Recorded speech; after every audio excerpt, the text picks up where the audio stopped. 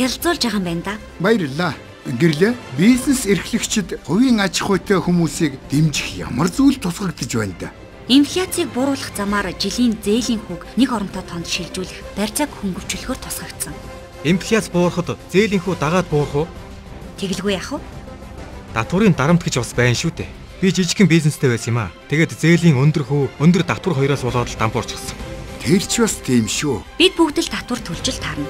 Гэхдээ мөрийн хөтөлбөр тусгагдсан татварын шинтгэлийн бодлого хэрэгжихэд жижиг дунд үйлдвэр эрхлэгчдэд 1% аж ахуйн орлогын татвартай болж орлого ашигтай дүүцүүлсэн татварын шатлалтай болно. Мөн нэмэгдсэн үртгийн албан татварын босхийг 200 сая төгрөгөөр тогтоогоод ирэхээр бизнес эрхлэгчдэд хамаагүй амар байх болно. Ер нь асуудлыг цогцоор нь шийднэ гэдэг чухал. Харин бизнес эрхлэгчдийг дэмжих хөнгөлөлттэй зээлийн хэмжээг өсгөх юм уу тэгэд? Жил бүр 150 тэрбумаас доошгүй төгрөгийн зээлийг энэ зорилгоор олгож байх эргэлтийн санг 180 хүргэх зорилго тавьж байгаа. Зоригтой цаг үеэ мэдэрсэн хөтөлбөр байна. Монгол айл болгон өөрийн жижиг бизнестэй болчихвол аштай юу да.